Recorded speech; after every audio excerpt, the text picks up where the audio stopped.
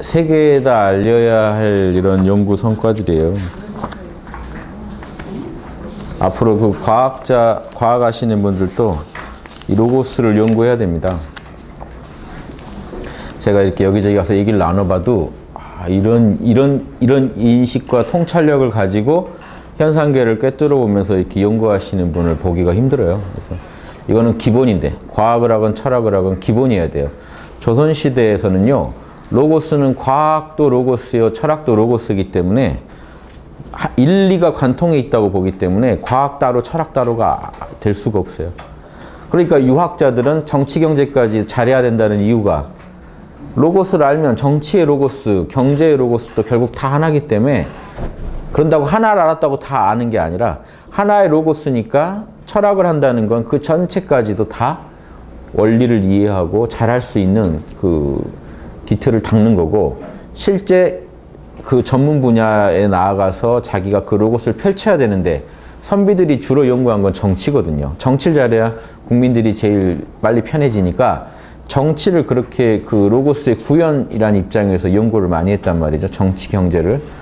경제도 그때는 이런 기업을 하는 의미의, 기업을 경영하는 의미의 경제가 아니라 국가 경제죠. 국가 경제의 그런 경제, 화폐 문제, 물가 오르고 내리고 이거 다 연구해야 되거든요. 그래서 이런 것까지도 다 선비의 중요 임무 중에 하나입니다. 로고스의 본질, 철학을 연구하고 과학, 로고스의 구현 차원에서 정치, 경제, 교육, 문화를 연구해야 되는, 이런 걸 이 시대에 진정한 선비들이 나오셔서 이걸 연구해 주셔야 돼요. 조선시대 선비들이 그렇게 많았는데 왜 그렇게 망할 때 도움이 안 됐느냐? 숫자만 많으면 됩니까? 진짜 선비들이 많아야지. 그럼 우리는 뭘 해야 되느냐? 진짜 양적으로 질적으로 선비들이 우리나라 안에 우글거리게 만들어야 나라가 망할 때도 지켜주지. 안 그러면 망언이나 하는 정치인들이 우리나라라는 배를 어디로 끌고 가는지 모르는 선장들이요, 우리 배를 끌고 가고, 이렇게 이런 현상이 일어날 때 진짜 양심의 로고스대로 살아가는 선비가 아니라면, 정치인이 아니라면 그럴 때 아니란 말 하겠습니까? 어디로 가잔 말 하겠습니까? 제대로 된 말을, 방향을 제시할 수 있겠습니까? 선비가 없어서 나라가 망해요. 지금 여러분 충격적인 게, 정치인 중에 존경할 만한 선비 정신을 갖고 있는 정치인들이 있나요? 종교계에 있나요? 충격적인 건요, 종교계에도 잘 안 보인다는 거예요. 종교계에는 있어야 되는데, 원래 이 정치인들이 도가 없다고 나온 게 종교인데요. 돈을 우리한테 배워라. 전륜성왕이 나라를 통치한다면 부처는 전 법륜, 진리의 수레바퀴를 가지고 국민을 다스린다 하는 게 원래 종교의 그 사명입니다. 임무고 사명인데, 지금 종교계에서 그 역할을 해주냐는 거죠. 나라에서 못하면 우리가 하겠다고 나온 게 원래 종교인데, 로고스를 나라에서 구현을 안 하면 우리라도 가르치고 구현하겠다고 나온 게, 민간업체로 나온 게 종교예요. 원래 나라에서 해야 되는데 나라가 안 하면 우리라도 하겠다고. 이해되시죠? 그런데 그 종교가 지금 그 국민 세금 받아서 나라가 엉뚱한 짓 하듯이, 종교면은 그 일종의 세금이죠. 11조 받아서 제대로 그러면 그런 로고스의 구현 역할을 하고 있는지, 이런 것 진지하게 고민해 보셔야 돼요. 선비라는 말도 제가 자주 쓰는데, 선비는 우리말이에요. 우리말로 인격자를 부르는 이름이 선비입니다. 그러니까 신채호 선생은 아마 그게 옛날 신선들 무리, 선배 이렇게 해서 나왔을 거라고 추정하시는데, 아직 어디 구체적인 게 없어요. 선비라는 말은 우리말이에요. 옛날부터 쓰던 인격자를 부르는. 그러니까 보살이 선비고 선비가 보살이에요. 조선시대에 오니까 조선시대 선비들한테 주로 써서 그렇지, 사대부들한테 선비라는 말은 더 연원이 깊은 말이니까, 선비라는 말을 제가 쓰는 이유가, 선비정신 할 때 조선시대만 생각하지 마세요. 보살이 선비고, 군자가 선비고, 옛날 그런 신선도를 닦던 화랑들이 선비예요. 그런 화랑정신, 보살정신, 선비정신이 다 하나니까 진정한 우리나라의 선비들이 많이 나왔으면 좋겠습니다. 양심의 로고스의 지배를 받는 존재들. 그래서 제가 이런 강의 드리는 거는, 이거 듣고 재밌다 하시는 것도 저는 귀한데, 이대로 한번 살아볼까 하는 분들을 저는 찾고 있는 겁니다. 진짜 이대로 한번 살고 싶다는 지원자들을 모집합니다. 그래서 홍익학당에서는 그런 분들을 위해서 이제 서비스가 이제 이번에 또 개별 상담도 좀 나갑니다. 개별 상담을 그동안 못 해드린 것 같아서 수련 점검. 근데 과연 받으시는 분이 있을지는 의문이에요. 보통은 이렇게 상담이 됐다면 됐습니다. 저의 수련에 대해 너무 알려고 하지 마세요. 급수 점검받고 싶지 않습니다. 이런 부분도 있어요. 이런 분들은 불편하신 분들은 마시고요. 혹시 궁금한데 못 하시는 분들은 저희가 또 해드려야 되니까 저희가 지금 조금씩 이제 여력이 갖춰져 가니까 개별 상담도 해드리면서 뭡니까? 우리는 세 개예요. 깨어있음, 호흡, 양심 분석. 요 세 가지만 균형을 이루면 선비 맞습니다. 삶에서 정신 차리시고 늘 순수한 정신. 순수한 정신은 이미 로고스가 거기에 드러나요. 그거 엄청난 겁니다. 여러분이 모른다 하신다는 건 엄청나요. 욕심의 지배를 받다가 욕심의 지배를 모른다 하고 가만히 계시면 양심이 안에서 활성화됩니다. 양심의 로고스가 작용을 시작해요. 이거 엄청난 건데 몰라의 힘을 과소평가하지 마세요. 몰라만 잘하시면 돼요.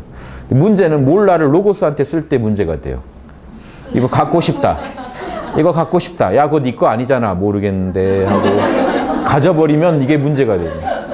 몰라를 잘못 써서 문제가 되지 잘 쓰는데 몰라가 문제를 일으키지 않습니다. 몰라만 하시면 로고스가 발현돼요. 깨어나게 되면 로고스가 발현되고 그때 양심 분석을 하면 로고스가 금방 구현이 됩니다. 금방 이해가 됩니다. 그래서 선비들의 3종 사업이 뭡니까? 거경, 궁리, 역행. 그게 뭘까요? 거경, 깨어있을 것. 그러면 로고스가 활성화됩니다. 궁리, 로고스의 눈으로 이게 옳은지, 이 사안이 옳은지 그른지 판단하면 궁리. 역행, 옳은 거는 반드시 우주의 명령으로 알고 실천할 것. 로고스를 구현이 되죠. 로고스가 하나 구현될 때 여러분은 무슨 노력을 해야 되냐면 깨어 있으셔야 되고 로고스의 결에 따라 선악을 판단하셔야 되고 선악을 반드시 판단하신 뒤에는 선은 실천하고 악은 안 해서 로고스가 이 땅에 구체적인 생각, 말, 행동으로 드러나게 해주셔야 돼요. 요게 선비들의 3종 사업이에요. 율곡 태계가 평생 실천했던. 이게 뭔 의미냐면요. 인간은 깨어있음, 통찰, 실천을 안 하면요. 금방 짐승 수준으로 내려갑니다. 짐승 이하가 돼요. 양심의 지배를 받지 않고 욕심의 로고스의 지배를 받아요. 이게 인간의 고민이에요. 동물들은 이런 고민 안 해도 돼요. 싸고 먹고 살다 가면 다 그냥 우주가 더 기대 안 해요. 동물들한테 왜 너 육바라밀을 안 했니? 뭐 이런 말을 왜 하겠습니까? 뭐 동물도 할 말이 있죠. 뭘 좀 주고 깔아주고 해야지 프로그램을 이거 가지고는 나 할 만큼 했다. 뭐 더 요구할 게 없어요 우주에서. 그런데 인간은 그 얼마짜리 스마트폰을 사줬는데 그걸 가지고 그걸 하니 요구할 수가 있죠. 왜냐하면 인간한테만 우주가 특별히 뇌라는 인간의 뇌는요 엄청나게 이게 고사양이에요. 에너지도 엄청 잡아먹어요. 지구에서 이 뇌 때문에 여러분이 엄청 먹고 계신 거예요. 뇌 때문에 너무 많이 먹고 있는 거예요. 인간이 다른 동물에 비해서. 그래서 다른 동물들이 인간처럼 뇌 달고 나왔으면 지구 자원이 그걸 못 감당해요. 지구 식량이 그걸 못 감당해요. 다 대부분 여러분 뇌에서 먹는 겁니다. 이 포도당 뇌가 에너지를 엄청 먹어요. 제가 왜 이렇게 많이 먹었을까요? 공부를 많이 했어요. 공부를 많이 했더니 뇌가 항상 빨리 채워주라고 그래서 채워줬더니 몸이 줄질 않네요. 그래서 머리를 너무 많이 써서 그래요. 이 뇌를 최고로 활용해버리면요 힘듭니다. 그만큼 이 뇌라는 건요 자연계가 아무한테나 안 주는 거예요. 다른 동물들은요 딱 깔려서 나온 대로만 살아요. 인간은 이 뇌를 제대로 쓰는 데까지 30년이 걸려요. 다른 애들은 그냥 나오면 그냥 살아요. 알아서 일어서고 알아서 다 하는데 인간 애들만 딱 누워서 똥 싸고 하면서 나를 돌봐라 하고 버티는 겁니다. 그럼 또 나이 좀 들면 나를 학교에 보내라. 그러면 학교에 보내서 또 가르쳐. 30년을 가르쳐야 뇌가 좀 쓸만하게 돼요. 어마어마하게 에너지를 잡아먹는 작업입니다. 이게 지구에서 볼 때 이게 지구에서 인류 하나한테 기대하는 거, 투자하는 게 어마어마하다는 거 아셔야 돼요. 그러니까 안 했을 때 짐승 이하라는 말 듣는 게 먹튀거든요. 짐승은 먹튀는 안 해요. 인간은 먹튀예요. 엄청나게 투자했는데 고작 한다는 짓이 전쟁 일으키고 다니고 분란 일으키고 남 뒤통수 치고 이러면요. 이거는 쓰레기짓 하고 다니면 이거는 지구에서 볼 때도 자원 낭비가 심하거든요. 이런 차원에서도 좀 생각을 해보세요. 오늘 나는 밥값을 하고 있는가? 그래서 밥값을 한다는 기분이 언제 들까요? 로고스를 구현하실 때 듭니다. 예. 제가 먹고 그냥 저는 먹튀를 안 합니다. 그래서 항상 먹었으면 토해내죠. 여러분들한테 반드시 토해서 내가 밥값 했다는 걸 저 스스로 좀 이렇게 확인받고 싶어서요. 저는 항상 그래야 또 밥을 맛있게 먹을 수가 있잖아요. 뭔 얘기 하다가 아무튼 그런데 로고스에는 또 신기한 게 로고스에는 본체와 작용이 있더라 하는 겁니다. 이 말은 뭐냐면요. 로고스는 우주의 본체로서만 존재하면 이 에너지 세계에 영향을 못 주겠죠. 아니라는 거예요. 에너지를 실제로 에너지 세계에서 실제 작용을 일으켜서 에너지들을 로고스의 뜻대로 다 경영하고 있다. 로고스는 경영자라는 거예요. 이게 묘은 선생이 이렇게 강조하는 이게요. 조선 성리학의 결정판인데 로고스가 가지고 있는 경영 능력이라는 거. 로고스가 신묘하게 절대계에 그냥 있는 존재라면 현상계에 영향을 못 줘야 되잖아요. 절대계에 있으면서 현상계를 경영하고 있잖아요. 이게 신성의 신비한 거거든요. 이거는 철학자들이면 당연히 누구나 아는 겁니다. 그거를 로고스를 가지고 표현했다는 게 대단해요. 로고스, 에너지는 배제한 채로. 율곡은 에너지까지 넣어서 설명을 하고요. 그 작용을. 정보와 에너지가 만나면서 우주의 신성이 정보도 가지고 있고 에너지도 있기 때문에 정보를 가지고 우주를 경영하고 있다. 이게 율곡의 입장이라면 로고스 하나만 가지고 설명하는 이 철학이에요. 같은 얘기인데 에너지만 빼버리면 돼요. 그럼 로고스가 우주의 본체로 있으면서 우주의 모든 에너지들을 로고스가 신묘한 힘으로 부립니다. 그래서 이 우주가 로고스대로 움직이고 있어요. 이런 현상을 설명하는 이런 방식이 탁월하다는 겁니다. 로고스 하나 가지고 설명하는 게 이거는 우주의 여러 이런 철학, 지구에 존재하는 철학 중에 우주의 원리를 설명하는 또 놀라운 의견이니까 공부해 보시면 다 이게 결국 다 진리의 여러 모습들입니다. 하나지만 진리는 여러 모습으로 설명할 수가 있어요. 그 중에 이런 설명 정확히 이해하신다는 건 귀하고 우리가 이걸로 얻을 수 있는 게 우주의 이치도 알 수 있지만 동시에 조선시대 지식인들의 수준도 알 수 있어요. 철학자들의 수준. 이거 엄청난 거예요. 조선 문명의 수준을 여러분 모르세요. 노비니 뭐니 다 좋아요.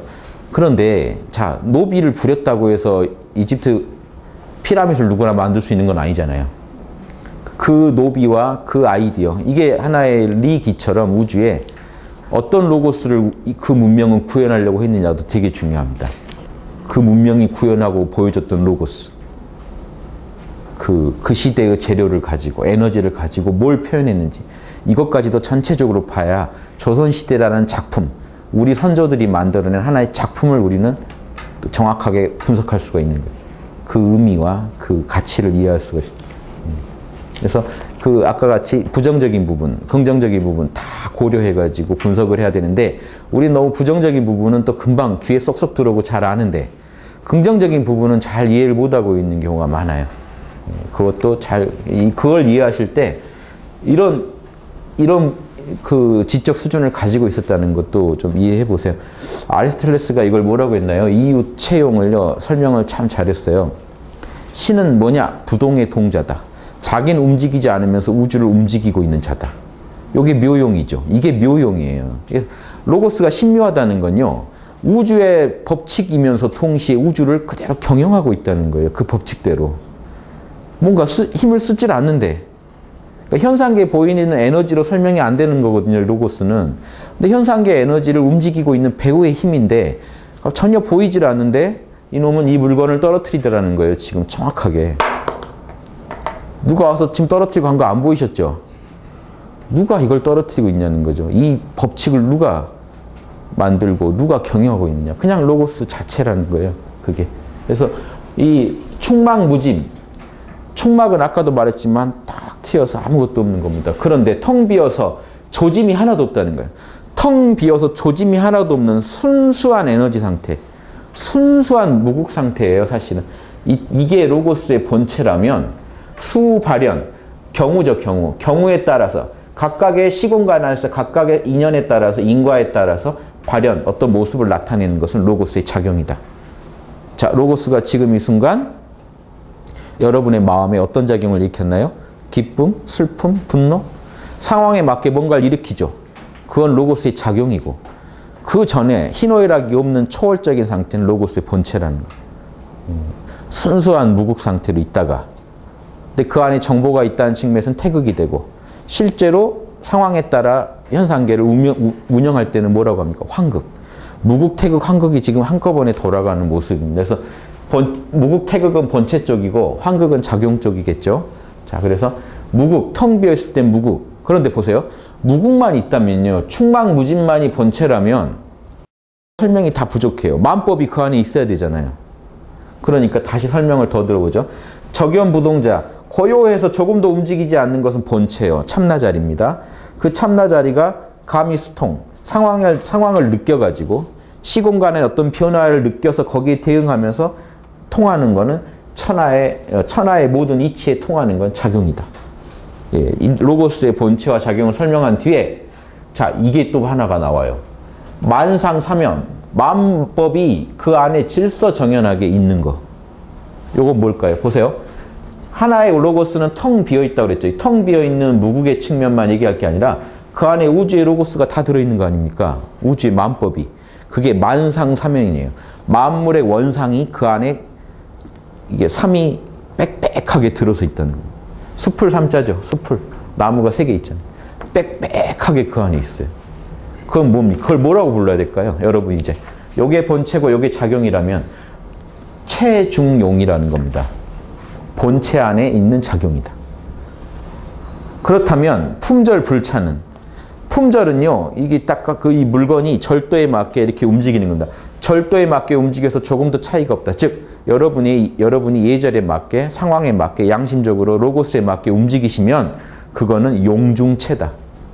작용 안에 로고스가 구현이 되고 있잖아요. 자, 이제 이렇게 전체로 보시죠. 우주의 본체, 로고스의 본체가 있고 로고스의 작용이 있고 작용 안에서 로고스가 제대로 구현될 때 우리는 용중체라고 하고 본체 안에 마음법의 이치가 다 들어있을 때 체중용이라고 한다는 요 두 줄 만에 우주를 다 설명하는 거 죽이죠. 짜릿하지 않으세요? 예. 그러면 용중에 또 체가 있는 거다. 이게 뭔 얘기를 하고 싶어서 한 거냐면 로고스가 본체고 기는 작용이다라고만 이해할까 봐 한 얘기예요. 로고스가 본체고 기는 작용이면 로고스가 기에 영향을 줄 수가 없잖아요. 로고스 자체가 경영 능력이 있어야만 용의 능력이 있어야 우주를 경영할 거 아닙니까? 그러니까 만약에 로고스는 본체고 에너지는 작용이라고 한다면 그러면서 로고스가 그러면 작용이 없을 것이니 기는 또 본체가 없을 거 아니냐. 기도 기대로 또 본체와 작용이 있다는 거예요. 기도 본체가 있고 로고스도 작용이 있다. 어느 하나로만 규정하지 마라. 그렇게 된다면 로고스는 능히 상황에 따라서 발현하지 못할 것이며 또한 천하의 이치에도 통하지 못할 것인지 그러면 로고스가 귀할 게 뭐냐. 그러니까 그렇죠. 그렇다면 로고스가 귀할 게 뭐냐. 로고스가 신묘한 거는 본체로 있으면서 우주를 경영하고 있기 때문이에요. 현상계 안에서 로고스를 구현하고 있기 때문에. 자, 여기까지 이해하시면 여러분이요 이니에지 로고스대로 산다는 건 뭘까요? 여러분이 명상을 해서 아무것도 모른다고 가만히 계셔서 희노애락, 생각, 감정, 오감이 작용하지 않을 때도 여러분 안에는 선명하고 광명한 텅 빈 로고스가 존재해야 되고 그 안에는 이니에지 이치가 선명해야 되고 여러분이 한 생각을 일으키면 상황에 맞게 절도에 딱 맞아서 인의예지가 정확하게 구현돼서 로고스가 표현돼야 됩니다. 이렇게 될 때 여러분 인격이 로고스랑 하나가 됐다는 거고 그때 여러분은 로고스의 화신이 돼요. 그러니까 선비들이 뭔 공부를 해야 돼요? 깨어있음, 궁리, 역행 세 공부를 해야만 돼요. 안 하면은 인간은 절대 안 하면은 욕심으로 흘러갑니다. 엔트로피 법칙이 있죠. 자연계. 이게 이 닫힌 공간, 닫힌 그 개 안에서는 무조건 무질서해진다는 겁니다. 엔트로피 법칙. 무질서가 증대된다는 거. 여러분의 방은 가만두면 점점 어지러워진다는 거예요. 누군가가 팔을 걷어붙이고 더러워서 못 보겠다고 하고 힘을 쓰지 않는 한 이놈은 무질서해집니다.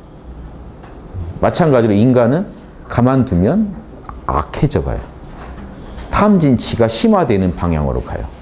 역행을 해야 돼요. 팔을 걷어붙이고 정신을 차리고 선악을 따지고 선을 하려고 노력해야만 여러분은 인격이 나아집니다. 이게 인간의 고민이라니까요. 동물과는 다른 인간의 고민은 인간은 자연대로 두면 안 좋아져요. 상태가. 역행을 해야만이 이러는 거예요. 그 역행이 이제 자연을 따르려는 노력이죠. 사실은. 신기하죠. 이게 오묘해요. 이게 인간의 고민이에요. 인간의 실존이에요. 그래서 인간은 가만두면 못 써지고 교육을 시켜야 되고 교육도 제대로 된 교육을 받아야만 인간은 인간으로서 몫을 합니다. 이게 되게 불편하죠. 그냥 애초에 탑재돼서 나왔으면 좋았을 텐데 30년 노력해야 그거를 뭘 깔고 뭘 해볼 수 있는, 뭐라도 좀 해볼 수 있는 이런 불편함을 갖고 있어요. 인간은 부자연성. 자연대로만 두면 안 되는. 그러니까 명상을 해서 명상에서 멈추시면 안 되는 거예요. 많은 분들이 명상만 하면 되지 왜 굳이 또 연구를 하고 양심 분석을 하고 뭐 양심 실천하려고 노력을 해야 되나요? 인간은 원래 그렇게 안 되게 돼 있어요. 명상 하나 하는 걸로 그게 극복이 안 돼요. 이 세 가지가 총출동해야 겨우 여러분 인격이 조금 나아집니다. 이렇게 돼 있는 걸 어떻게 해요? 막말로 그런 분들이 양심적이면서 그런 얘기하면 제가 또 듣겠는데 아닌데 계속 그런 걸 주장하세요. 본인은 안 나오면서. 즉 본인은 로고스대로 안 살면서 명상만 하면 되지 않나요? 라고 아무리 얘기한들 서로 무슨 얘기 된다고 한들 그게 서로 좋을 게 하나도 없어요. 이해되세요? 여러분이 영성이 바뀐다는 거는 로고스가 여러분 안에서 이렇게 작동을 시작할 때입니다. 그러니까 제가 아까 말씀드렸죠. 로고스대로 살지 않는 한은 여러분 로고스가 여러분 안에서 구현됐다고 말할 수가 없어요. 그러니까 힘들죠. 그러니까 이니에지 원리를 알았다고 해도 또 적용해 보려면 힘들고 하고 그런데 노력하고 명상하고 이해하려고 노력하고 양심 분석을 하고 양심 분석에 나온 결론을 실천해 보고 이 짓을 계속 하다 보면요. 실력이 늘어요. 어느덧 여러분 안에서 구현되고 있는 로고스가 조금씩 자랍니다. 그러다가 성인처럼 되면 그 불교에서 칠지보살이 성인인데 어떻게 된다고 그랬죠? 육바라밀이 여러분이 조금도 노력하지 않아도 육바라밀 이니에지가 그냥 나와요. 로고스대로 살아가고 있는 자신을 발견하게 돼. 그때부터 성인이라고 하는 거예요. 성인이 완벽한 전지전능한 인간이 아니라 이제 로고스대로 살 수 있게 됐다는 증거예요. 그래서 성인이 중용에서 뭐라고 합니까? 중용에서 성인을 똑같이 설명합니다. 불사이득 불면이중. 생각 고민하지 않아도 뭐가 선인지 알고 노력 애쓰지 않아도 선을 실천하는 경지. 이게 로고스가 돌아가는 모습이에요. 한 인간한테 로고스가 돌아가기가 이렇게 어려워요. 그래서 주자가 뭐라고 하냐면 공부라는 거는 마음, 심과 리, 마음과 로고스를 하나로 합치는 과정이다. 우리의 욕심을 로고스에 맞게 경영하는. 이해되세요? 여러분의 마음이 로고스 그대로 구현될 때 우리가 공부가 됐다고 할 수 있다. 이렇게 얘기합니다. 그래서 조선시대 선비들이 500년간 로고스를 연구한 거예요. 리. 나머지 그냥 인간이 그냥 쉽게 구현할 수 있는 로고스의 수준을 연구한 게 아니라 인의지 신. 그래서 서울 사대문에도 인의지 신 박아놓고 로고스를 구현해 보겠다고 노력한 겁니다. 그래야만 나도 살고 남도 사니까. 인의지를 우리가 내가 하나 닦는다고 나한테만 좋은 게 아니에요. 인의지는 내가 그걸 잘하게 되면 여러분한테 당장 떡이 떨어지죠. 먹을 게 떨어지죠. 그렇죠? 제가 인의지를 구현하려고 하니까 지금 유튜브에다가 올리게 되고 그렇죠. 그러면 누군가는 이득을 보게 돼 있어요. 신기하죠? 저는 제 양심 편하자고 한 일인데 제가 예상도 못한 많은 분들한테 도움을 줄 수밖에 없어요. 자리 이타가 그냥 한 번에 이루어지지 이렇게 자리 따로 있고 이타 따로 있지 않다고요. 내 양심 편하자는 측면은 자리. 그게 결국 여러분한테 반드시 도움이 되기 때문에 이타. 왜냐? 제가 여러분한테 도움이 안 되는 걸 하면 자해가 돼요. 저도 제 양심을 더럽히는 게 되기 때문에 자해해타가 돼요. 요 공식 아셔야 됩니다. 자리 이타가 일어나는 공식은 양심대로 할 때 여러분은 자동으로 보살이 되시고 로고스의 구현자가 됩니다. 자, 요거 하나 끝냈죠. 리유 채용. 원리에는 주제성이 있다. 경영. 원리는요, 주제자다라는 주제로 한번 볼게요. 원리는 주제. 주제하는 건요, 미연도 선생님이 뭐라고 했죠? 그 전 시간에 공부하십니까? 공부한 거 기억나십니까? 원리가 우주를 경영하는데 원리가 마음법의 원리를 딱 장악하고 있는 측면은 아직 활동한 건 아닙니다. 여기 선천이에요. 여기까지는 태극의 영역이니까. 여기 본격적인 이제 황극의 영역. 에너지를 경영하는 영역, 현상계를 경영하는 영역에 나가서 뭐라고 불렀습니까? 다스릴체, 주체. 그래서 주인이 되고 여기서는 체. 주인은 본체적인 측면이고 작용적 측면에서는 제라고 합니다. 로고스는 우주의 주인이면서 우주의 본질이면서 우주를 경영한다는 말을 주제자라고 합니다. 주인이자, 원래 주제자를 꼭 이렇게 안 나눠 쓰죠. 주제하다 그래요. 회의를 주제하다. 면호 선생님은 주와 제를 또 나눠서 지금 설명하시는 우주의 본체와 작용을 완벽하게 설명해 보겠다는 겁니다. 그래서 자 보시죠. 제천활체. 하늘에 있을 때는 상제죠. 상제라고 하고 사람한테 있을 때는 마음이라고 한다. 경영자를 말하는 거예요. 주제자를, 우주를 경영하는 존재를 하느님 그러고 인간을 경영하는 존재는 마음, 마음심, 마음. 주호정, 고요할 때는 주인이 되고 제호동, 움직일 때는 다스린다. 주제를 이렇게 풀어서 설명한 겁니다.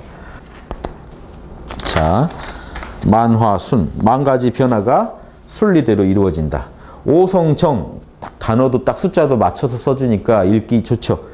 인해지 신이란 오성이 바르고 인해지 신이란 오성이 바르게 되고 백행, 수, 100가지 온갖 행위가 어딨죠? 온갖 행위가 바뀌게 된다. 나는 로고스가 나를 주재해 라고 말하시려면요. 하느님이 우주는 주재할 수 있어도 여러분은 주재 못합니다. 하느님이 여러분 주재 못해요. 인간만이 그게 특권이에요. 악을 저지를 수 있는 힘이 있어요. 인간은. 이걸 하늘이 허락했다고 하죠. 이게 종교에서는 하느님이 인간한테는 악을 할 수 있는 권한을 줬어. 이 얘기가요. 뭔 얘기냐면 로고스가 여러분은 통제 못해요. 완벽하게. 이해되세요? 로고스는 지금 여러분이 하기 싫다는 거는 못해요. 인간이 이상한 존재 아닙니까? 여러분이 로고스가 나를 주재해 라고 하려면 여러분이 허락을 해야 돼요. 여러분이 허락을 하고 여러분이 노력을 해야 돼요. 로고스를 유치하려고 노력을 해야 돼요. 아니, 로고스는 사실 원래 있는 건데 로고스가 제대로 작동하게 하려고 노력을 해야 돼요. 노력을 안 하면 여러분 것이 안 됩니다. 이게 인간의, 아무튼 우주에서 인간이 제일 좀 문제인 이유가 이거예요. 편하게 살 수 없는 이유가 이겁니다. 예. 보세요. 기지 등 에너지가요. 예. 어디 지금 하고 있죠? 예. 예. 기지 등도 에너지가 올라갔다가 뒤집어졌다 하는 거는요. 예. 그러면서 리실기 주제. 원리가 그 주제를 잃었기 때문이다. 에너지가 통제가 안 되고 있는 거는 원리가 주제를 잃었기 때문이다. 우리가 왜 욕망에 지고 있을까요? 로고스가 주제를 못해서 그래요. 여러분 안에 있는 로고스가 주제권을 제대로 확립을 못해서 그렇습니다. 그럼 누구 탓일까요? 로고스 탓일까요? 우리 탓일까요? 우리 탓이에요. 이건 에고가 해야 될 일이에요. 에고가 로고스를 이해하고 따르겠다고 하고 노력을 해줘야만 로고스는 여러분 안에서 힘을 발휘합니다. 이게 인간의 실존적인 아주 제일 근원적인 문제라는 거 아셔야 돼요. 여러분이 결정을 안 해주시기 때문에 이 세상은 이 모양인 겁니다. 여러분 한 분 한 분이 로고스를 따르겠다고 선택을 하셔야만 그런 분들이, 자 간단해요. 우주가 왜 이 모양입니까? 하느님이 안 계시나요? 아니요. 하느님이 어떻게 포기하셨나요? 아니요. 그런 게 아니라 로고스는 끝없이 여러분 안에서 양심적으로 살으라고 외치고 있고 여러분을 그쪽으로 가게 하려고 세월호 사건이나 뭐나 이런 걸 보면 잠이 안 오게 하고 분노하게 하고 끝없이 로고스는 여러분을 선으로 인도하려고 하지만 주제권이 여러분이 도와주지 않는 한 여러분 안에서 확립이 안 되기 때문에 그렇습니다. 여러분이 싫다고 해버리면 됐고 나는 이제 월드컵이나 재밌게 볼란다 하는 순간 다 날아가는 거예요. 이해되세요? 여러분 에고가 욕망에 끌려다닐 때 로고스는 절대 여러분을 주재할 수가 없어요. 에너지가 이렇게 뒤집어지고 올라치고 한다는 건요. 여러분 욕망에 빠진 상태를 표현한 겁니다. 성리학자들은 에고의 그 작용을 에너지로 기로 설명하기 때문에 그래요. 참나의 작용을 리로 설명하고 욕망은 기로 설명합니다. 욕심이 이렇게 난리치는 건요. 양심이 주제권을 못 잡았기 때문이라는 겁니다. 요게 예전 서경에 나온 그 얘기 그대로 아닙니까? 기를 욕심으로, 리를 양심으로 보세요. 욕심은 이태롭고 양심은 미약하다. 딱 그 상황이죠. 이래서 정치도 안 되고 여러분 삶도 나아지질 않는 거예요. 여러분 인격이 변하지 않는 겁니다. 써 있자 쓰다 뭘 씁니까? 원의 로고스. 만물을 살리는 생성의 로고스죠. 원형리정 기억나시죠? 원의 로고스를 써서 살리고 형통의 로고스를 써가지고 만물을 생장 자라게 하고 수학의 로고스를 써가서 만물을 완성시키고 이 뭐죠? 올바른 저장의 로고스를 써서 만물을 잘 감추고 갈무리하고 저장한다. 자, 이거는 우주가 주제되는 방식입니다. 보세요. 자, 이 1, 2의 주제자는 이게 1, 2가 신입니다. 우주를 경영하는 자라는 측면에서 볼 때는 신이고 자기 안에 있는 만 가지 법들을 이렇게 경영한다는 만 가지 법들에서 주인이 된다는 측면에서는 주고 보세요. 인의 로고스를 써가지고 실제 에너지를 경영할 때는 재라고 하는 겁니다. 설명이 치밀하죠. 이 정도 알고 계시면요. 세계 어디 가서 세계적인 지성이에요. 여러분 이 정도. 알고 계신 것만으로도 탁월하지만 이렇게 살고 계시다면 여러분은 세기의 철인이 되실 수 있어요. 이거 간단한데 여러분 세기의 존재가 되고 싶으시죠? 로고스를 죽어라고 하세요. 그러면 소크라테스 보세요. 요즘 우리가 볼 땐 백수예요. 40 이후에 생업 접고 백수로 아고라 광장을 기웃거리면서 저기 눈빛이 불안한 청년들 찾아가서 야 도를 아십니까? 너 진선미 아니? 그래서 진선미 아십니까? 하고 돌아다녔던 분이에요.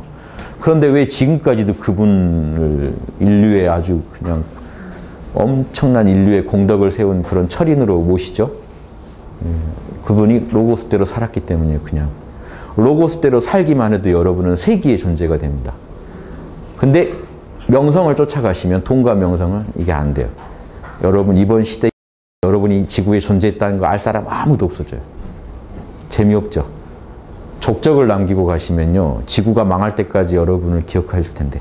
소크라테스처럼, 예수님처럼, 부처님, 공자님처럼. 이런 거 좀 생각해 보세요. 이게 영생하는 법이에요. 그래서 저는 책을 많이 써놨어요. 이게 죽을 때까지 유튜브에 한 500편이 지금 올라가 있거든요. 한 편이라도 남아서 지구 망할 때까지 갈 수 있다면 저는 그때까지 또 누군가를 꼬시겠죠. 도를 아십니까? 죽은 뒤에도 말로 꼬실 수 있다는 게요. 아주 제가 뿌듯합니다. 제가 그걸 생각하면. 자, 이게 제인데 보세요.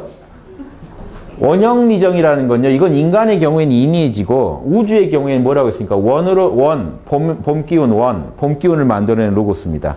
생성의 로고스 여름 만물을 자라게 하는 로고스 가을에 수확하는 모습이죠. 수확의 로고스. 겨울에 만물을 정보만 딱 바르게 간직하고 있는 모습 자, 우주의 하느님은 이게 지금 재의 경우와 심의 경우를 이렇게 나눠서 얘기하는 겁니다. 이게 나눠서 보셔야 돼요. 자, 우주의 경우와 인간의 경우요. 재가 우주를 주재하는 경우와 심이 우주를 주재하는 경우를 나눠서 보셔야 됩니다. 교재에는 그렇게 돼 있죠. 바르게 돼 있죠. 똑같이 원리는 고요한 중에 로고스를 갖고 있다가 로고스의 주인으로 있다가 인리가 움직일 때는 그 로고스를 써서 기운을 실제로 다스려요.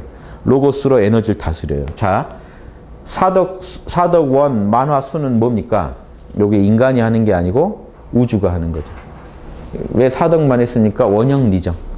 원형리정을 가지고 생장수장, 순하추동을 굴리는 걸 말하는 겁니다. 네 가지 덕을 원만하게 갖고 있다가 만 가지 변화에 다 순리대로 다스린다. 만 가지 변화를. 추나추동, 비 내리고, 뭐죠? 막 우주가 커졌다, 작아졌다, 비 내리고, 벼락치고 하면서 우주가 살아가는 이 한 일련의 사이클만 가지고 일단 얘기해도 그 변화를 다 감당하고, 일련의 사이클을 확장해서 보면요. 우주가 생성돼서 소멸될 때까지도 그 모든 변화를 다 원형리정의 이치를 갖고 우주가 경영한다. 대우주의 지금 주제자를 말하는 거예요. 그리고 이제 소우주의 주제자로 오면 이니에지 신의 5성을 바르게 갖고 있다가 백행을 닦아서 인간으로서 올바른 삶을 산다는 거죠. 그래서 에너지가 이렇게 난리치는 거는 다 리가 주제를 이뤄서 그러니 요거는 이제 인간의 문제입니다. 주로 인간의 문제예요. 리가 주제를 못하기 때문에 난리가 나는 거다. 어디든. 자연에서도 혹시 만약에 균형을 잃어서 난리가 날 때는 로고스가 제대로 주제권을 못 잡아서겠죠. 그래서 원으로 살리고 형으로 자라게 하고 리로 뭐죠? 결실을 맺게 하고 정으로 갈무리하는 거는 이건 뭡니까? 우주 주제자. 하나님이 하는 하느님 뭐 같아요.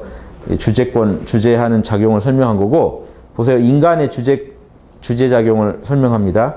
인으로 사랑하고 사랑의 로고스를 써서 실제 에너지를 일으켜서 사랑이라는 감정을 표현하고 예. 또 뭐죠? 예. 예절로 공손하게 하고 정의의 로고스를 써서 모든 일을 합당하게 처리하고 지혜의 로고스를 써가서 옳고 그름을 정확하게 분별하면 그렇게 해서 그것을 쓰는 자는 이지자는 그것을 사용하는 자는 주제야. 그걸 주제하는 것이다.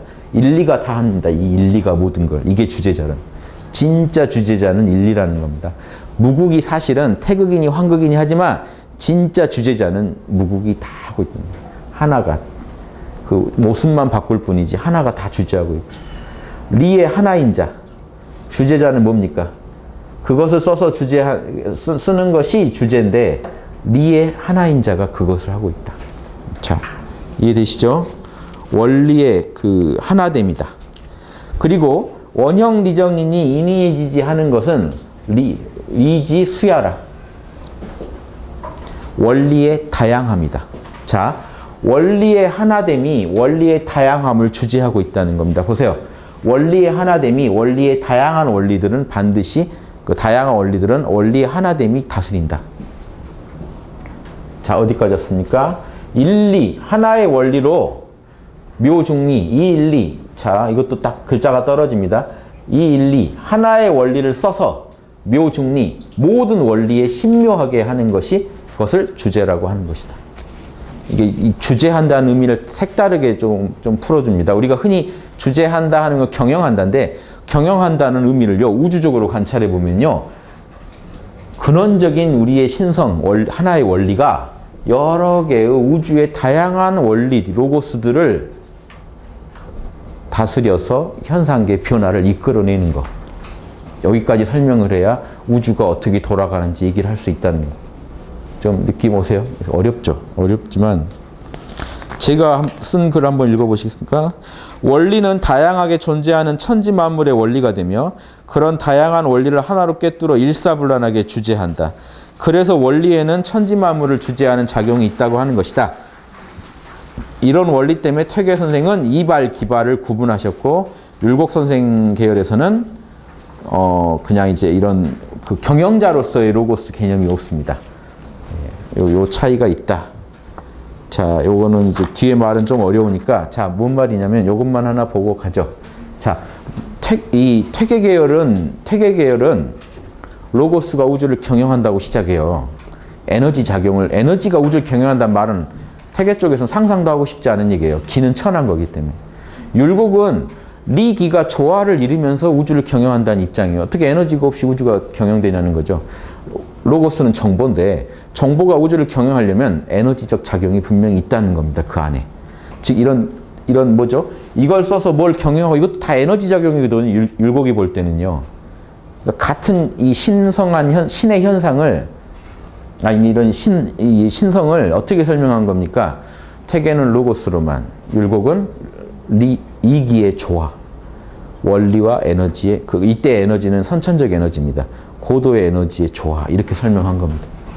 그래서 아무튼 유현우 선생은 퇴계 계열로서 주리파의 극치이기 때문에 주재한다는 것은 이 하나의 원리가 여러 로고스들을 활용해가지고 그때그때 상황에 맞게 경영까지 하고 있다는 요거는 율곡학파에서는 없는 이론이에요. 율곡학파는 저걸 로고스만의 작업으로 안 보고 에너지의 작용으로 봅니다. 사실은 율곡은 기의 작용으로 봐요. 저걸. 그렇게 하는 건 기고 그 배우의 로고스가 탑재되어 있을 뿐이지 저렇게 의사결정을 해가지고 뭘 부리고 신묘한 작용하는 거는 다 고도의 맑은 기가 하고 있다고. 그래서 그 기를 뭐라고 하냐면 다밀청어지기, 율곡은요. 맑고 하나이면서 텅 비어있는 청정한 에너지가 있어서 그 에너지가 우주를 경영하는데 그 에너지, 여기 이걸 에너지로 보는 건데 이 에너지에 탑재되어 있는 이 로고스가 이 가장 고차원적인 로고스요. 에너지가 워낙 맑다 보니까 로고스를 조금 더 가리지 않고 완벽하게 구현하고 있다는 거예요. 뭔 얘기인지 아시겠습니까? 율곡은 로고스를 정보로만 보면서 주제작용은 기가 하고 있다고 보고, 퇴계는 기가 하고 있는 그 안에서도 기를 빼고 보는 겁니다. 같은 현상을 사실은 설명하는 거예요. 신이 일으키는 이 미묘한 현상을 설명할 때 신의 작용, 신이 우주를 경영하는 이런 현상, 이것도 일종의 현상인데 현상계적인 현상은 아니죠. 신의 묘한 작용을 설명할 때 로고스가 그렇게 하고 있다라고 퇴계는 말하고 싶으면, 율곡은 로고스와 에너지가 함께 이렇게 만들어가는. 왜냐하면 신은 에너지이면서 로고스거든요. 그래서 저는 종합적으로 볼 땐 율곡학파 이론이 훨씬 종합적이고요. 로고스 하나로 설명해가는 이런 방식도 또한 우리가 꼭 알아둬야 된다고 봅니다. 왜냐하면 같은 현상이에요.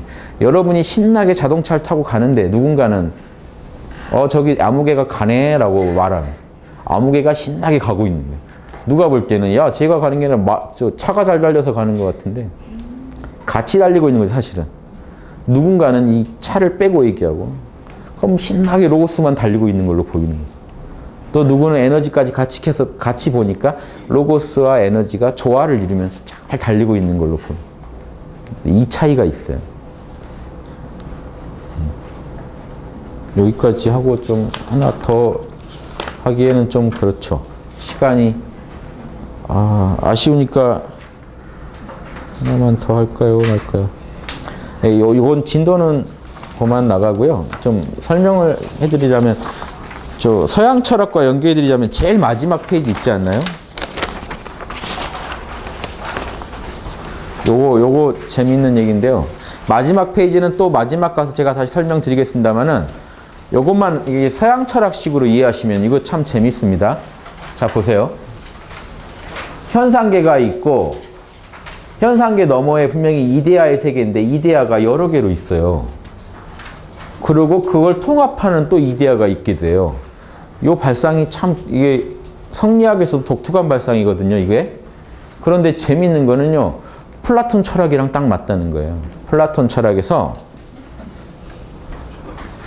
제가 늘 자주 말씀드린다만 또 한 번 말씀드릴게요. 뭐 많이 들어서.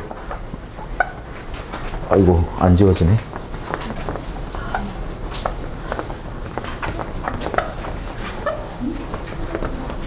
자, 플라톤 동굴의 비유에서, 네, 이렇게 해서 들어와서 저게 불이 있어요. 불. 그래서 여기에 의자가 있습니다. 이렇게. 그럼 사람들은 다 이렇게 앉아 있어야만 돼요. 벽 보고. 그럼 불 뒤에, 자, 나무를 할게요. 이렇게 나무를 그려놓은 간수들이 판을 가지고 요걸 해가지고, 요걸 앞에다 이제 비추면 어떻게 될까요? 불이 이렇게 비출 때 여기 이제 나무 그림자가 생기겠죠. 우리 인간은 이것만 보고 이게 진실인 줄 알고 보고 있다는 거예요. 이 중에 한 사람이 이게 목까지 딱 잡아놨는데 원래 이게 느슨해져서 탈출했다는 거예요. 탈출하고 뒤를 돌아보니까 이 짓을 하고 있는 거예요. 그럼 내가 본 건 이거의 그림자였잖아.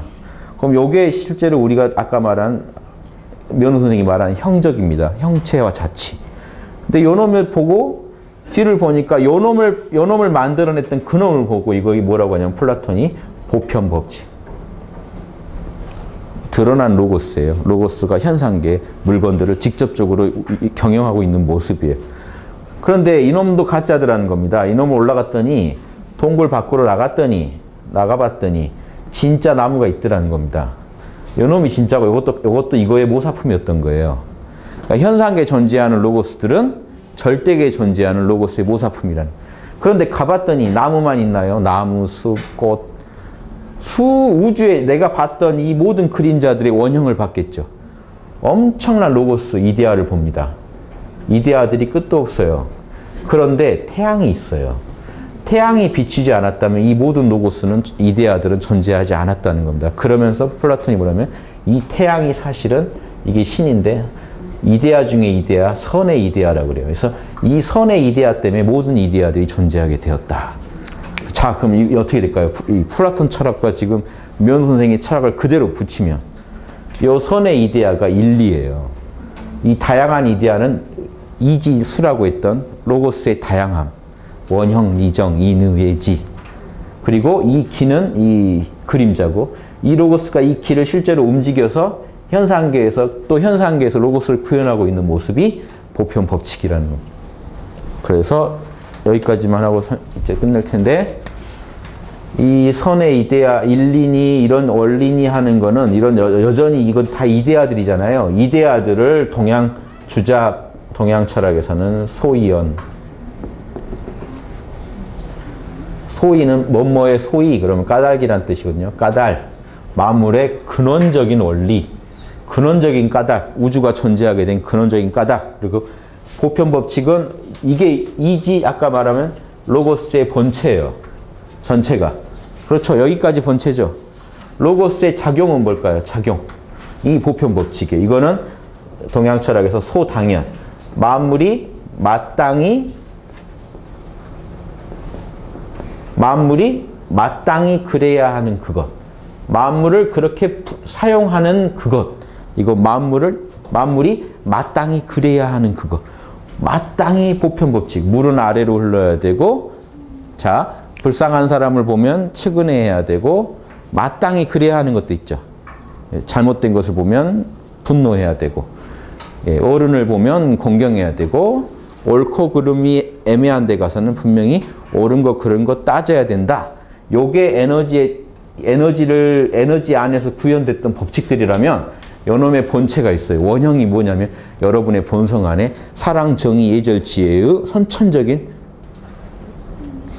로고스가 여러분 안에 이미 탑재되어 있었기 때문에 그런 현상계에서 그런 질서들이, 작용들이 일어났던 거예요. 여러분이 불쌍한 사람 보고 불쌍한 거는 늘 그래요. 그러면 불쌍한 사람을 보고 불쌍해하는 이 현상의 그 법칙이 있죠. 이런 경우에 꼭 이렇게 불쌍해하더라. 근데 나는 왜 그럴까 도대체? 이것도 역시 그림자인 거예요. 누가 나를 이렇게 자꾸 내모는 거야? 이런 법칙을 따르게 나를 내모는 원인이 뭐야 하고 들어가 봤더니 내 본성 안에 사랑하라라는 로고스가 있더라는 거죠. 이게 진짜 이데아인데, 사랑하라는 이데아를 써서 이런 현상을 일으키는 더 배우의 근원적인 원리가 또 있더라는 거죠. 그런데 여기는 이미 선천의 세계고 절대계니까 쪼개보지만 사실은 하나인 세계예요. 그래서 여기가 신묘하다는 거예요. 쪼개지지만 사실은 하나예요. 여기는 어떻게 말할 수가 없는 세계니까. 하지만 현상계에 드러난 걸 보고 우리가 이렇게 쪼개보는 거죠. 네. 이해되시죠? 우리 몸 안에도 여러 가지 로고스가 지배합니다. 이 손톱자라는 거는 이게 식물적인 거 아닌가요? 어떤 부분은 동물적인 로고스가 지배하고 어떤 부분은 머리카락 자라는 거 되게 식물적이죠. 우리 안에도 여러 가지 로고스가 구현되고 있어요. 이거 따지면 끝도 없어요. 법칙이 다 로고스이기 때문에. 그 법칙이 현상계에 표현될 때는 보편 법칙이고, 그 너머에, 현상계 너머에 원래 있는 원형은 로고스니 이데아니 하는 겁니다. 철학 수업인데 잘 이해되시려나 보네요. 자, 조선시대 선비들이 이 정도를 알고 살아갔다는 거, 요거 하나만을 좀 기억하시고, 그들이 인생의 로고스로 삼았던 그거, 인의지 신, 그거 누구나 아는 거예요. 누구나 아는 그거를 얼마나 깊이 하느냐가 진리입니다. 여러분이 혹시 철학자가 되고 싶다면요, 절대로 엉뚱한 얘기에 귀 기울이고 다니지 마십시오. 거기에 진리가 있죠. 그냥 엉뚱한 얘기예요. 재밌고 엉뚱한 얘기들. 그게 우리 눈을 끌기엔 참 좋습니다. 그런데 진리는요, 상식 속에 있어요. 누구나 안다고 하는 그거에 왜 그런지를 연구하다가 여러분은 철학자가 됩니다. 엉뚱한 얘기들은 알아도 좋고 몰라도 좋은 그것들 속에 진리가 있는 게 아니고, 여러분의 삶을 지배하고 있는 법칙들이 있죠. 상식이라고 우리가 알고 있는 그 당연한 법칙들, 그 당연한 법칙들 안에서 왜 나는 이렇게 살지 않으면 안 되는지에 대해 연구하다 보면 여러분은 진리를 만나는데, 그리고 그 진리도 결국 알고 나면 뭘 해야 되나요? 당연하던 걸 더 당연하게 잘하는 겁니다. 잘 이해하고 실수 없게 잘 쓰는 겁니다. 그래서 진리는 이 당연한 것이 왜 당연한지를 알아가는 과정에서 밝혀지지, 엉뚱한 거, 신비한 거에서 진리가 있질 않아요. 왜냐? 생각해 보세요. 지금 이게 당연하다고 아는 게 신비한 건지를 사람들은 몰라요. 제가 날면 신기하다고 하는데, 공중부양이라도 하면 이러고 있으면 신기한지 몰라요. 별짓 다 하는데. 저 앞에서 막 춤도 추고 있는데 신기하다고 생각을 안 해요. 그건 다 하니까. 근데 재밌죠. 만약에 인간을 하늘이 날게 만들었다고 치죠. 다 하늘을 날아다닌다고 치면 그게 신기한 걸까요? 그 사람들은 뭘 연구할까요? 못 나는 게 신기할 겁니다.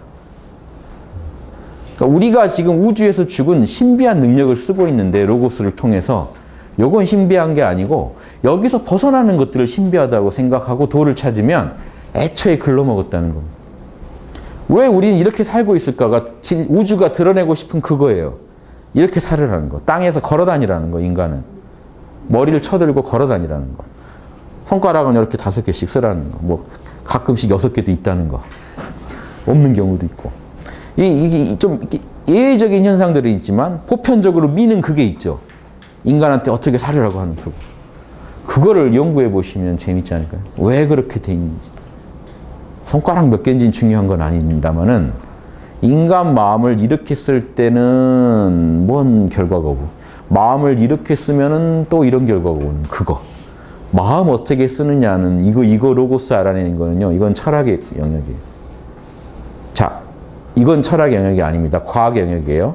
마음을 이렇게 쓰면 이러고 저렇게 쓰면 저러니까 마음을 이렇게 먹고 이렇게 먹어서 이렇게 하세요. 심리학에서 할 수 있는 영역, 이건 과학의 영역이에요. 근데 제가 말하는 마음을 쓰는 건요. 그 차원으로 쓰는 겁니다. 이거는 과학의 영역이 아닌 게 뭐냐면요. 이니지를 말하는 거예요. 저거는요. 이 현상계에서 설명할 수가 없거든요. 나와 남은 둘이 아니다는 걸 현상계 설명할 수가 없어요. 현상계에서 나와 남은 둘이거든요. 이해되십니까? 나와 남이 둘이 아니라는 건 현상계에 없습니다.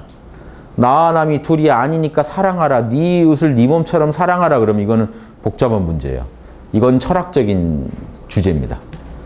심리학에서 말할 수 있는 게 아니에요. 심리학에서는 이 정도 말할 수 있어요. 나와 남이 둘이라고 생각하시면 마음이 편하실 거예요. 라고는 말할 수 있어요. 이해되세요? 원인과 결과에서 그런 생각하면 이상하게 편해지더라고요. 보편법칙 차원에서 얘기할 수는 있어도 어떤 로고스가 이러니까 이렇게 삽시다 하는 그 얘기는 못 해요. 과학은 못 해요. 철학만이 그 너머의 얘기를 얘기할 수가 있습니다. 이해되시죠? 그래서 철학을 하는 거고 조선시대는 철학 강국이었어요. 그러니까 그 조선시대 철학 수준을 이해하는 게 우리한테 절실하게 필요합니다. 그걸 극복하고 더 나아가야 되니까. 근데 조선시대 철학 수준도 이해를 못하면서 조선시대 비판은 당연히 하실 수 있어요. 인간적으로 할 수 있는. 조선시대 철학 수준을 함부로 재단하지는 마시라는. 조선 문명의 수준이 지금 여러분이 아시는 그런 정도는 만은 아니라는 거예요. 이런 거랑 똑같아요. 우리가 소크라테스가 뭔 말인지는 하나도 이해가 안 돼요. 근데 옛말에 내려온 게 있어요. 시종들한테 영웅은 없다. 영웅의 시종들이 볼 때 시종은 그냥 뭐죠? 그 문제아들일 뿐인 거죠. 시종의 영웅이 볼 때는 나를 괴롭히는 상사 뭐 이런 존재일 뿐이에요. 그 말이 뭔 말이냐면요. 그 사람의 어두운 부분 그런 부분만을 보고 있는 사람 눈에는 그 사람이 이룬 어떤 철학적 성취 그 사람이 남다른 위대한 그런 능력을 펼친 게 안 보인다는 거예요. 사실 인간적인 한계만을 보고 있는 사람한테는 시종 눈에 영웅 없다 이 말이 그거. 영웅의 시종 눈에는 영웅이 정말 그냥 막행일 뿐인 거죠. 남들은 왜 저 사람 좋다고 하는지 모르겠어 하면서 그런데 그게 진짜 그 사람이 문제 있는 경우도 있지만 소크라테스나 이런 성인들의 경우에 예수님의 경우에도요. 예수님이 그렇게 위대하시면요. 그 로마 시대 때 그 로마의 그 식민지로 있을 때 그 이스라엘에 왜 다 안 따랐을까요? 왜 성경에 보면 예수님 얘기를 하면 주로 돌을 들고 던지려고 하고 예수님은 급하게 도망가고 좀 이상하지 않아요? 가까이 살던 동시대 사람들이 얘기를 듣고 그 사람을 판단할 때 판단이 잘 안 된다는 거예요. 실제로는. 그 정도예요. 그러니까 우리가 조선시대 하나를 판단하더라도 어두운 면 밝은 면을 다 알 때 이해가 되는 거지 조선시대 때 이랬대. 그거 하나 가지고 그걸 다 판단하려고 하지 마세요. 아까 제가 말했지만 여러분 가정도 그 집은 세상에 그렇게 살더라 그러면 끝인 거죠. 다무지 뭐 아무리 좋은 얘기를 해도 그건 끝인 거예요. 그러니까 우리가 그런 식으로 편견으로 뭘 분석하면 안 됩니다. 전체를 봐야 돼요. 그러니까 소크라테스 전체를 봐야 돼요. 소크라테스. 그 공자님도 그 이혼했던 분입니다. 부인 내보내고 그랬어요. 공자님 이혼했대 하면 끝인 거예요.